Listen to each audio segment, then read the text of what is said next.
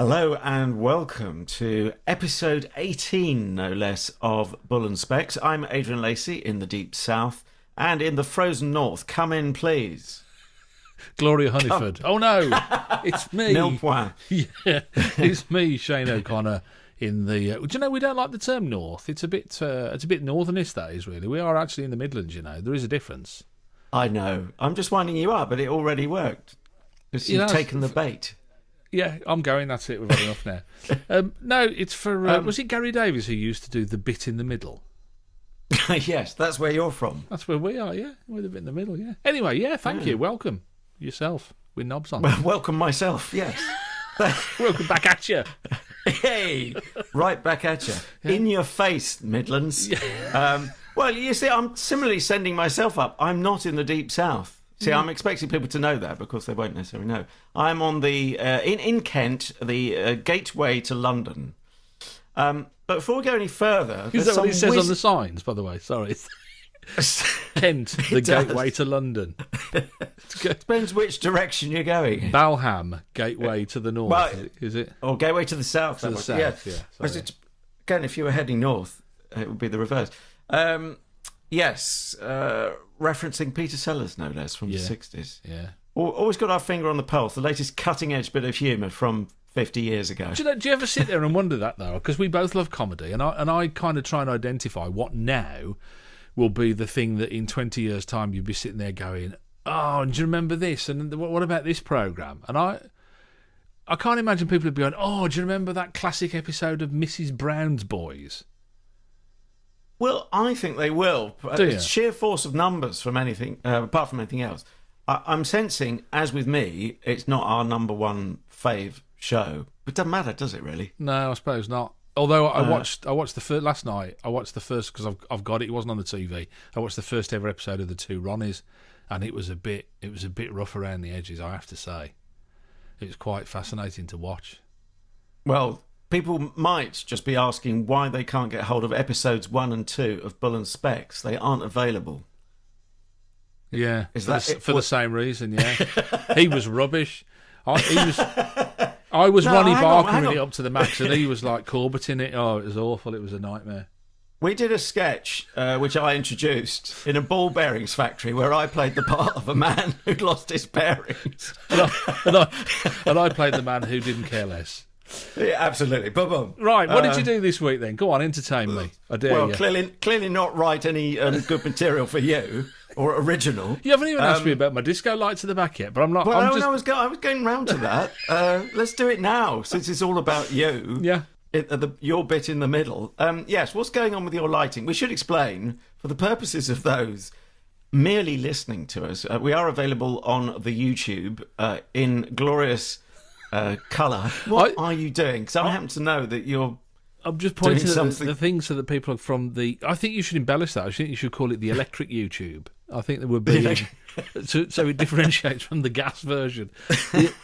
Look, I'm just pointing the electric YouTube at the lights that we've got here in the background. Right. Okay. And since you are a man of many words, some of them in the right order, would you like to explain what's going on with the lighting for the benefit of those who are unable to see? It's nothing very spectacular. In fact, I haven't told you the full story. Don't talk it down. We could talk it up. If they can't see it, they won't know. Okay. It's not spectacular. We engaged a pyrotechnics firm to come along and embellish the podcast a little bit. No, actually, shall I show you just something else that you can't see out of shot? Let me just pull that over.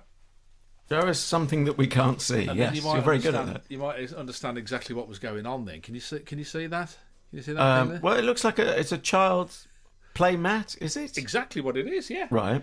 And what we do, we put it on the floor, and then we put the little disco light thing there, and it lights up the ceiling, and your little one. It keeps him entertained. I'll be honest with you, Adrian. I've lost hours watching the lights.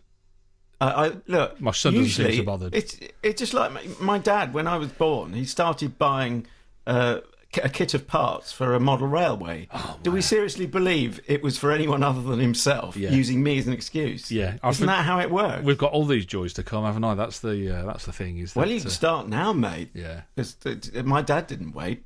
He bought a length of track per week. Didn't have a lot of money to spare in them days. Yeah. I think it's really cute. Green gauge. No, 00? That's the little one. That's the 007? tiny one, isn't it? 00. Oh, that's right. Is it? Are you getting snotty about... No, just saying. We were on a budget. Come on. So I don't think it works like that. But if you're a model railway fan and you're listening to this or watching this, please let us know. But I don't think there's gauge envy going on, is there? Are you sure? I don't think size isn't anything. Yeah, I think it just depends what your preference is. I don't think it means that you're a pauper if you're a 00 man.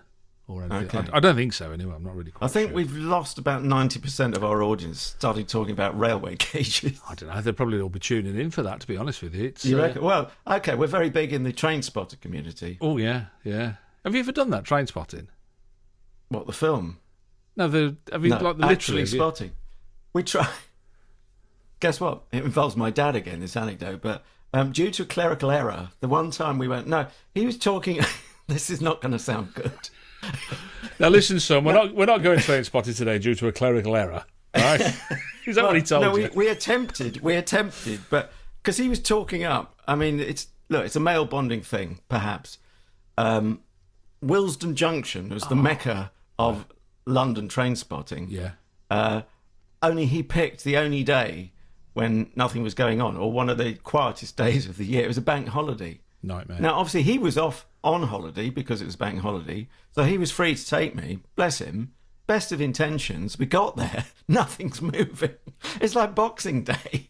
Oh wow! So bit of a damp squib. What's your train spotting story? No, nothing. I was just always fascinated with trains. I just love them. I never got the book though. Do you know what I mean? I never actually, because they cross off or they write down the numbers, don't they? Train spotters. That's the whole thing. Is you collect the numbers, and there's is it Ian Allen? Is it or some? There's some publisher. Is it Ian Allen or? Oh gosh, it wasn't Dave Allen. He was the guy with the half a finger missing. I prefer a book by him. Yeah. Frankly. Good night. God bless, and may your train go with you. I think it was Richard Allen, Ian Allen, something like that. They used to publish these books with all the numbers in, and they used to do the same for buses as well. Believe it or not. They used to have photographs and the numbers and all the rest of it, and you could cross them off. But I never actually got that far. But I always I spent many a day, at New Street Station before I was getting a train, thinking, I'm just going to have a look over it, and look at that over there, and an Intercity 125 came in, and they were big news, weren't they? I remember when they were new. Yeah. Now look at them. Yeah. They're like us. Well, of course, all the adverts. I was watching some of the adverts on YouTube. All the adverts were fronted by Jimmy Savile, of course, which.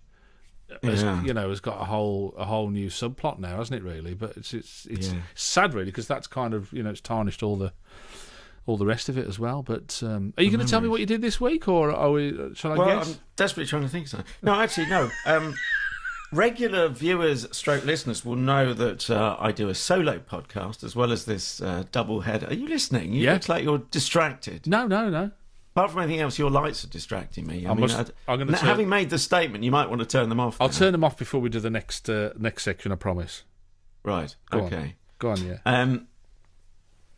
See, they put me off now. I forgot what I was saying. Right, yes, my solo podcast called The London Podcast.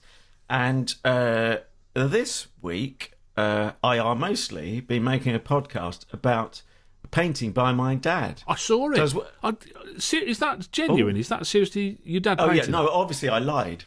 It was by Picasso. It's by my dad. It's just awesome. Did you do a lot of that kind of stuff? Not enough, no. To explain for people who might not have heard this episode and seen the picture that goes with it, londonpodcast.net, I mentioned in passing. My dad was a commercial artist. I think I'm probably the reason. There's no point me complaining about it, that he didn't do more, as it were, fine art, more portraits like you'll see if you go to londonpodcast.net. Painting of a mystery woman, and the story is built around that. But I think it's probably because he needed to keep us in clothes, food, and of course sections of 00 gauge railway. That was most important of all. That he had to do commercial art, because you speak to anyone other than the people who are make their big bucks. It's one of those pyramid type things like showbiz as a career. Yeah. You either make a million or you're scrabbling around and you have to find other work to bring the money in. So his day job, as it were, was, as we've mentioned previously, advertising Anodin and indeed Preparation H, which I'm sure, if you've had hemorrhoids, you'll be very grateful for the publicity. No, I think he brought a lot of comfort to a lot of people, didn't he? In so many ways. He did piles of work. Piles, yeah. Frankly, but that was also half nicked from two Ronnies thing. Do you know, it's weird, actually, because I saw that when you tweeted it, because I retweeted it. I thought it was so cool, the artwork. But I'll tell you what it put me in mind of was, I've got, I don't know if you've ever seen this, and it goes full circle to comedy, I've got a box set of Round the Horn. And the artwork on that looked very similar to the style in which he'd painted that portrait. Right. And I thought, wow, I wondered, I don't know if he'd done that as a commercial artist, whether he'd actually done that artwork. But yeah, it was. I just thought it was absolutely. Are you the custodian of all of his stuff? Because your dad's no longer with us, is he? No. Sadly, he died in 1997, the week after Princess Diana, by some quirk of fate. Wow.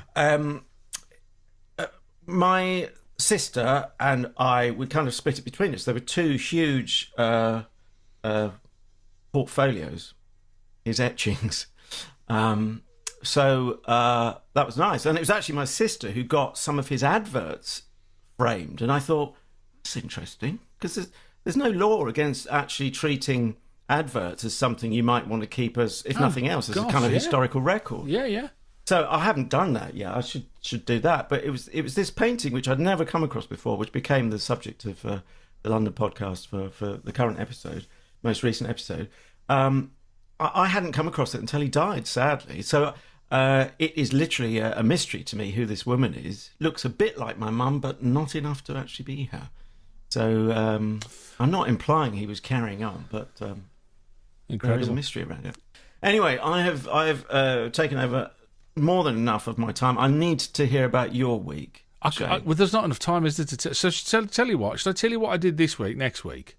But I promise the week after that I won't do this week. I'll actually do the week for the week that we do the next week after. Can I just clarify that? No, we haven't got time to. I'm not sure. Well, yeah, but you'll end up with a backlog of stories. That's all right. I'll have a backlog of weeks. You're listening to the Bull and Specs podcast with me, Shane O'Connor, and him, Adrian Lacey. And one of the stories I wanted to kick around this week, Adrian, was this one about this police officer who, at the time, actually, I selected the story, was still under investigation. Sorry, you shouldn't laugh. For stealing a colleague's biscuits. He had to go through a misconduct hearing. He's since been cleared of any wrongdoing, and what did you say about the investigation? Well, I can't claim the credit, but case crumbles, it says. Sky News, credit where credit's due. Obviously, they can go to town on a very light story like this. But actually, is there a darker undertow? Was he hobnobbing with the wrong people? I mean, that's one of the things that... I think he was a bit of a jammy dodger myself. Look, just wait until I just digest that story. Come on. This is Kingston. Is that in Surrey, Kingston? Or Southwest London? No need to apologise. They keep changing the border, don't they, every 20 minutes? So like everything's in London nowadays. I'm waiting for us to be included as well. But Kingston, Southwest London, is that about right? Well, it's all more material for my solo podcast. But yes, it does look like the London Kingston, yes, and not the Jamaican one. They spent 3 days on a misconduct hearing that had no case to answer for both allegations, and he'll now return to full duties after a period of restricted duty. So what has this cost that local force in their budget, the taxpayer, of course, who are actually footing the bill for all of this? You and me. And you're right. I mean, you have a little bit of a snigger, don't you, when you first see it? You think, it's quite amusing. But then to go through all of that and waste all of that time for essentially something that could have been dealt with in a much more low-key way, somebody nicking somebody's biscuits. I mean, I don't know. Are we getting too oversensitive with all of this, do you think? Well, we should add there was another element to it, because I'm wondering how the heck can you spend 3 days deliberating and then conclude there's no case to answer? Most people would either have said... Look, if you're going to do that, people are wondering why I've got, for the benefit of our listeners, as opposed to YouTubers, hey YouTubers, Well, He scarred you, hasn't he, that bloke? That's a callback to episode 17, if you want to. Hey, you follow it up. Anyway, makes me think of potato tubers. People will initially have been wondering why I've got a pillar box on my desk here. Yeah. It turns out it's wow. cunningly. That's Look brilliant. at that. Oh, well, I'll see you Get yours, in. and I'll raise your chocolate ones. That's how we roll in our house. Look at that. Are we on brand, or have we got rival brands here? Are we? No, they're the same brand, Keep the aren't noise down. I can't hear myself think. Sorry. You made a reference. Oh, we shop at Aldi though, where they've got like. Have you seen Aldi where they've got all the fake brands? Fake. Be careful what you allege. Well, not fake, but like kind They're of. all imitative, a little, aren't they? Yeah, that's what I meant. I didn't mean fake. I mean they're like if you have. I can't think of anything that they got. Oh, I know. You got the shredded wheat. They'd have wheat shreddies. Right. But they'd be the same kind of product. Yeah, but these... instead of McVitie's, you've got Vitie's Muck. These are milk chocolate suggestive biscuits. Suggestive? They whisper in your ear. I'm not going to say it. You can... I was just suggesting what you can probably finish the cake yourself. You should never eat and talk at the same time. My wife says she hates it when I do it on the radio. And I'll say... You ain't going to listen to this, let's be honest. I'll say to her... Sorry, folks, particularly to our listeners. Yeah, you're right. We shouldn't have started that, should we? Well, we both got a cup of tea. I've got Redbush tea. Does that count? Oh, sorry. Is this where you're saying there was another element to this, wasn't it? And this is where he was driving a transit van. Was that the one? Yes, this is much more important, potentially. The second allegation related to a speeding ticket, if people can remember the story we started several minutes ago. With the biscuits. So, with our Jammy Dodger copper, unnamed, he asked for the speeding ticket to be withdrawn.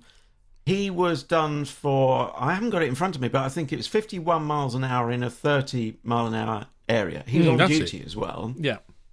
And he said his justification was the male patient he was escorting from a mental health unit to the police station, presumably his home police station. Wanted a biscuit. That's why he was speeding.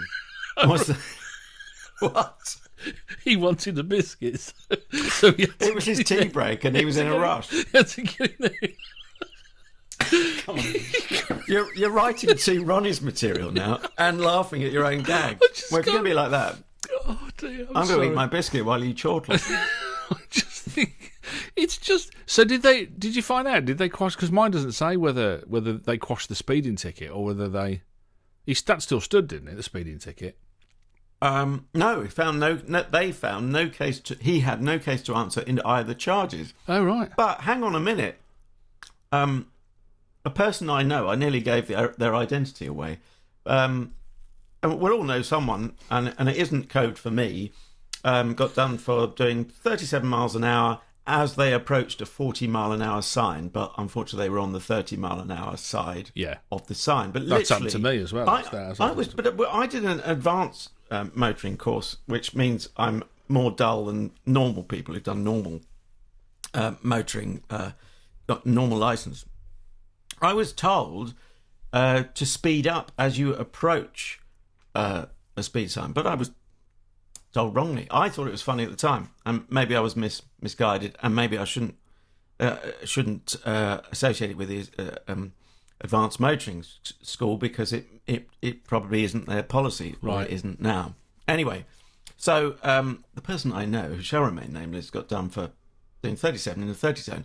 51 in a 30 zone is positively lethal, isn't it? Potentially. Yeah. Although the vehicle was in response mode, I mean, presumably that means that you got blues and twos on, didn't it? And that's well, why. Except, but you could put it in response mode either correctly or wrongly. And the allegation, again, from the original story is that he had no need to put it in response mode. But I suppose you can debate that. Yeah, I mean, all of this begs the question: are we being? And I use the term. And I know you said, "Oh, well, I'm ages ago in the podcast." You said, "Oh, well, I'm a snowflake." But are we being too snowflake? Are we being too hypersensitive about somebody stole something? I mean, we're adults, aren't we? Can't is it beyond the wit of man now to be able to say to one person or even to their superior officer, "Did you nick his biscuits?" And and can you give him a biscuit back or what?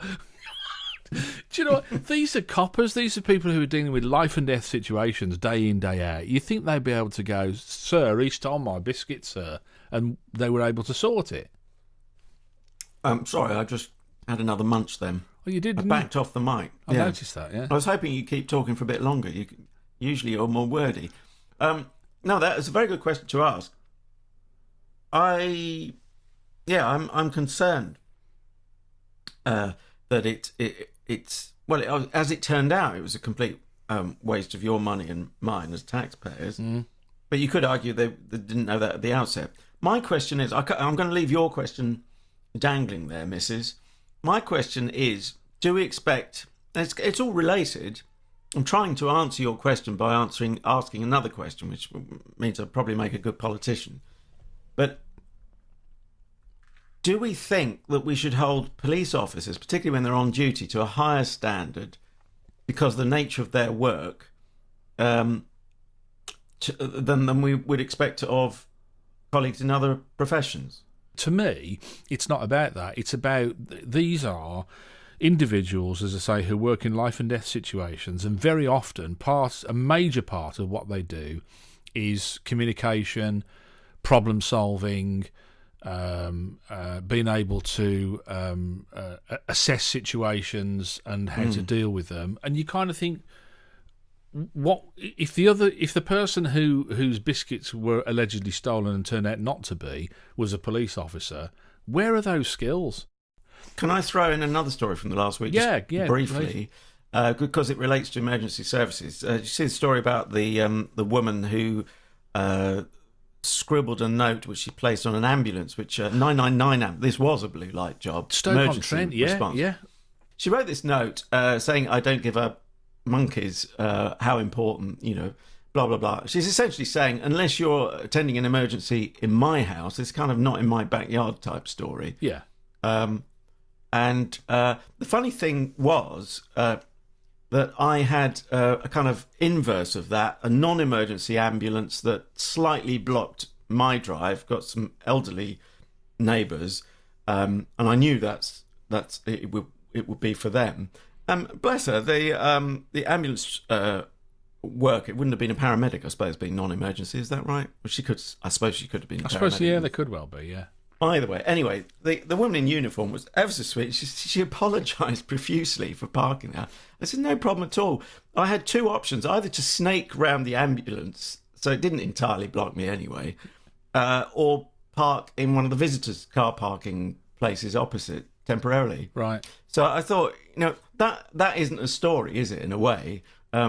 Ambulance driver apologises for parking, slightly obscuring someone's drive. No, I'll tell you what really freaked me out about this one, though, was that, I think it was within 2 days she was in court and had been fined £120, this woman. Now, I've said this to you before, and I've said it on radio. I'm a strong advocate that anybody who abuses ambulance staff and nurses and doctors and police officers should be punished almost to a higher level than if because they are protecting the public, so their authority, as it were, and if you do that, that's something, to me, on another level.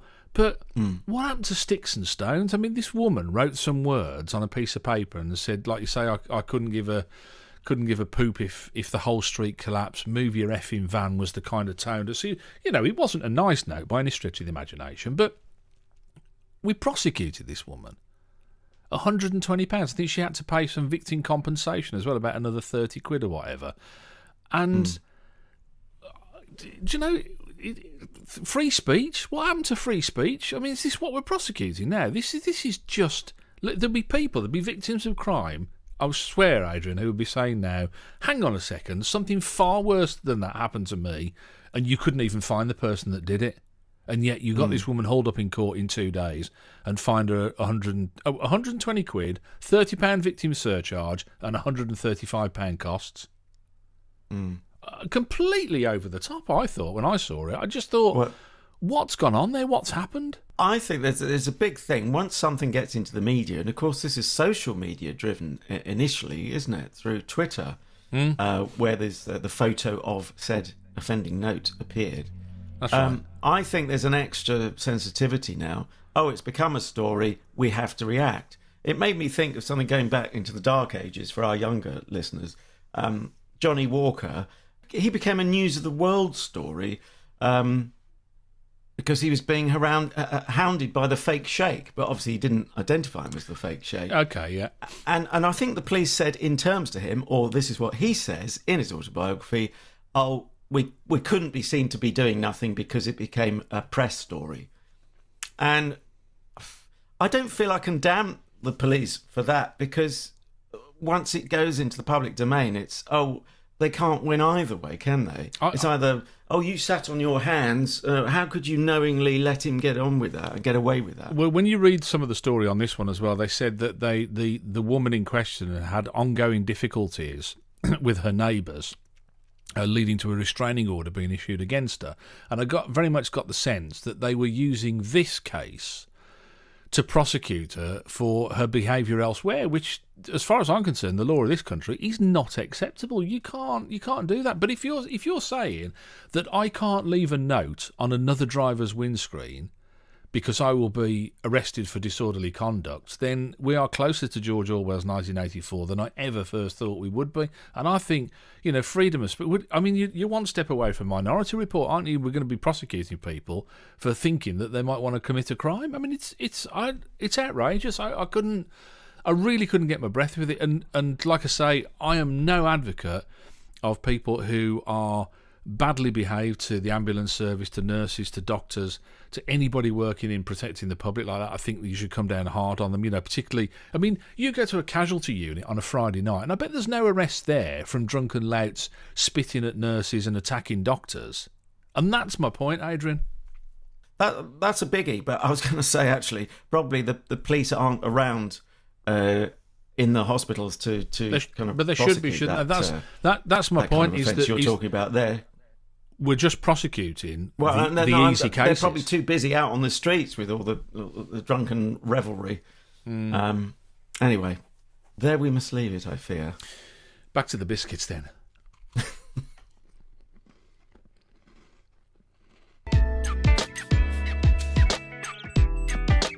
So now we sashay into Act 3 of 3 in another edition of Bull and Specs with me, Adrian, and him, Shane.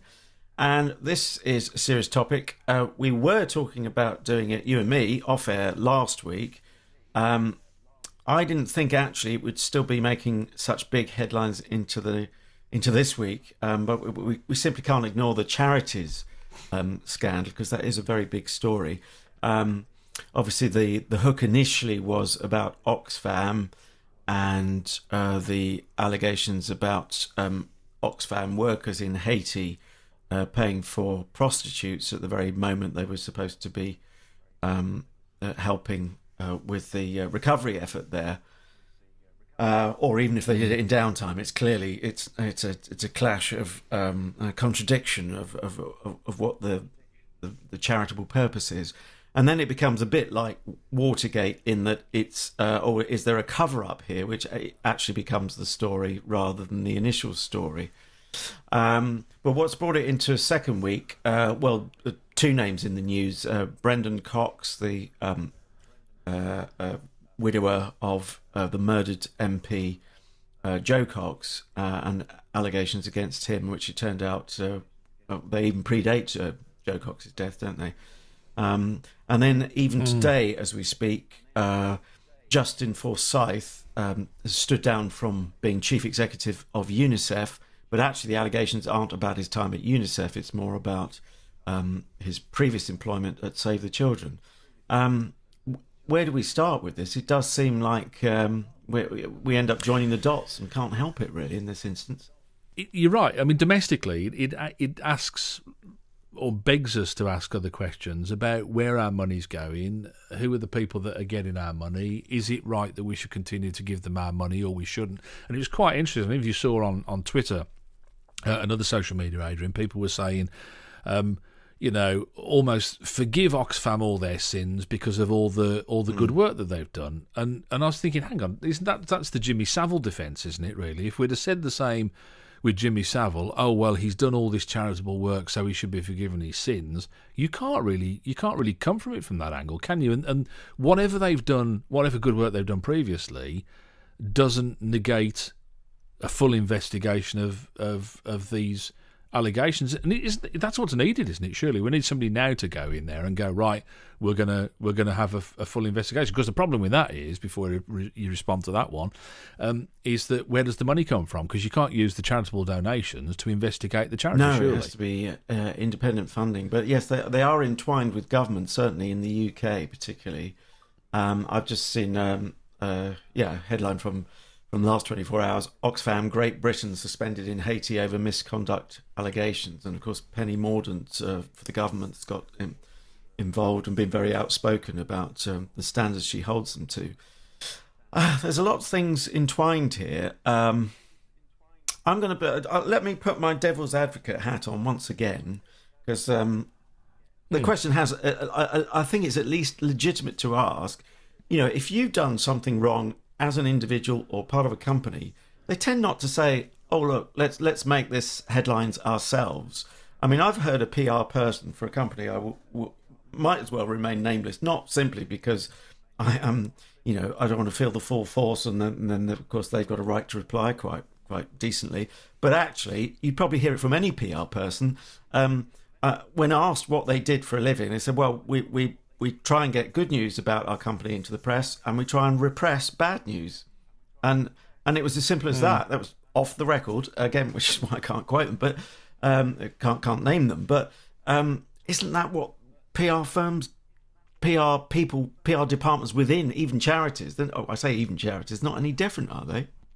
That's part of the problem in my book. I mean, I've got a pretty dim view of a lot of charities because of the lack of transparency.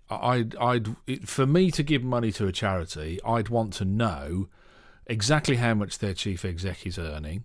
I'd want to know exactly how much of each pound that I donate goes to administration or other costs, and how much goes directly to the work they're doing. And I'd want to know exactly the full scope of the work that they do. Now, the problem is, with a lot of charities that are operational in this country, Adrian, how do I find that information in a way that I can trust, in a way that I know is neutral and is not anything to do with the charity? I mean, sure, the charity will say X, Y, and Z, but then they want your money, so why wouldn't they say that? I've always, in the back of my mind, cancer charities, who undoubtedly do great work, but I always have a doubt in as much as I worry whether they could be more effective if there was just one, rather than a lot of cancer charities all competing against each other. And we now know the stats that the biggest cancer that kills people is the cancer that kills men, prostate cancer, and yet the majority of the money is collected for breast cancer, which doesn't kill the majority of people. So already you can see how the whole thing gets skewed. So because of all of those issues, I kind of find myself thinking, well, you trust less and less. Is there any reason that charities should be so... I mean, if we want them held to account, and I don't demur from that, I think absolutely, but should we be so shocked that they resemble big corporations in the end? You talk about chief executives' pay. I think we should know that. I mean, for goodness sake, if we're going to know what top journalists at the BBC are being paid, and that is public money, so I can see an argument there. And regular listeners and viewers will know I do some work for the BBC. I've got no problem with that. But should we then be shocked if actually they're paid rather well? Because they are responsible for, if they would say, look at their budgets. Whereas one company, in the conventional commercial world, you'd be talking about profits. With the charity, the charitable side, very often actually they've got two sides to them, and one is a limited company, but that might be more to do with the sales of branded goods and all of that. I'm not entirely sure, but instead of profits, we're talking money raised. But that is in the millions, isn't it, for the big charities? Why shouldn't the chief execs command a commensurately large salaries, proportionately large? Well, because you're in it for different reasons, aren't you? If you're a charity, you're not in it for for your earnings, presumably. You're in it for, I don't know, the feel-good factor. Why are you in it? I don't know. It's interesting, actually, because they have actually said what does the Oxfam CEO earn? And it's £121,000, just above. But he was also paid £127,000 plus expenses of £12,000 and pension contributions of £12,000 as well. So you're right, and this is the argument with MPs, isn't it? Or with people, and why should people earn more than the Prime Minister and all this kind of stuff? But then there are to my mind, there are commercial posts and there are vocational posts. And they're two very different things. And if you're asking people to give money, I suppose it's no different from religion, is it? Really, if you're a priest, how much does a priest earn? Because that will come from contributions from your clergy. From your flock, won't they? From your the people who are coming to your church or whatever your religion is. Those are the people who are giving you the money. I'll never forget. I was in Vatican City. And is this a joke, past or me. is it actually happened? No, this isn't a joke. No. Two nuns walked past me, and I'm a lapsed Catholic, so I should add. And I was just sightseeing in Vatican City, but both of them were on mobile phones texting or something. And I thought, who pays for a nun's mobile phone? Do they pay for it? And if they do they pay for it out of their salary? And if they do, then they're actually getting it out of the box, the collection box that comes around the church. Well, I was going to say, and is that right? Point of information, I would have thought in the C of E, which I was christened into, and I'm similarly lapsed, it wouldn't come from the parishioners directly. I mean, there is a collection bowl, but I think it would come from head office, wouldn't it? The church commissioners, in the case of the C of E.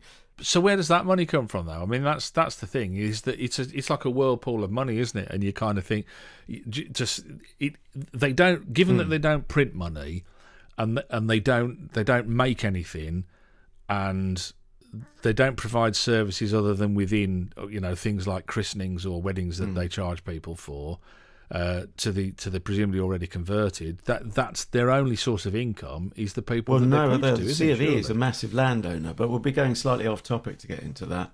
Okay. But they're a landowner. Well, where did they get the money to buy the land? I nearly said Catholic phones. Do you know what I mean? They might have been personal issues. Do you know what I mean? But then you might say, well, hang on, you're in uniform. You're on the clock there. But and again, to me, charities are the same kind of thing. It's like the money ultimately comes from the people who are donating it to them. So they have a duty of care to make sure that they are more transparent than you're right. I mean, we shouldn't be surprised that they look like a big corporation, but then I don't think that sits well with people, does it? But no. You have to be like that in order to be internationally effective. I think I might have a partial answer to one of my questions here, which is that in the commercial sector, I mean, it's not a typical business, but John Lewis, for instance, the retailer, their boss famously has a cap on the multiple of his salary as against the average, or is it against the lowest paid worker in John Lewis? So he's only allowed to earn, I'm sorry, this is off the top of my head, so the figure may not be right. It's either 10 times, 20 times. I know what you mean. Yeah, so it's a comparative figure, isn't it? Fixed as a ratio. And you could imagine, that could work in a charity setting. But if you think about it, certainly the argument for it being at least, having some relationship between the chief exec's pay and the size of the budget would be, I mean, they're incredibly complex organisations, aren't they? You need a good administrator at the top, be they male or female, but they may well, and I'm sure they frequently do, come from the commercial world. Do we really expect people to be so self-denying that coming from the commercial sector, they'll take a massive pay cut and still work all the hours and they'll probably be on the end of a mobile phone, never mind the nuns, all the time. Interesting, isn't it? And they say, we've got to have the best people. Well, why have you? Because surely you've got to have the best people on the ground if you're going to be effective as a charity. That's where you have to have the best people, not sat in your offices in central London or somewhere else. You have to have the best possible workers, and of course it would appear that that's where In this particular case, the whole thing fell apart. But you're right. One thing for sure, we've run out of time. That's the only thing I got right for the entire programme. Could talk about it. Talk about this for another hour, couldn't we? No, you were quite right about the biscuits as well. I think you were bang on. I hope I haven't ruined your appetite though for your next meal. Which leads me, I think it's probably my turn to mention the audio outlets that you'll find Bull and Specs on, and you do need to search with the famed ampersand. That's instead of typing out the word "and" between the Bull and the Specs, it's the ampersand, that little squiggly thing above the 7 on your keyboard. So search Bull and Specs. What podcasts carriers, podcatchers are we at? Spreaker, Stitcher, iTunes, you name it. Oh, and iHeartRadio. And you can do the visuals. Yeah, you can see the pictures that go along with this if you're listening and you think, I wonder what that biscuit looked like. I wonder if Adrian is as tall and dark and handsome as I picture him to be. Just from his listen to the dulcet audio. tones. I wonder if Shane's wearing a false nose this week. If you want to know any of those things, you can get the answers to those simply by going to YouTube. And it's the same applies, I'm afraid. It's that pesky old ampersand again. Bull and Specs, search for us there and you should find us, and the back issues as well. So, from me in the south and him in the Midlands, it's thank you for watching and listening. Until next time, do get in touch.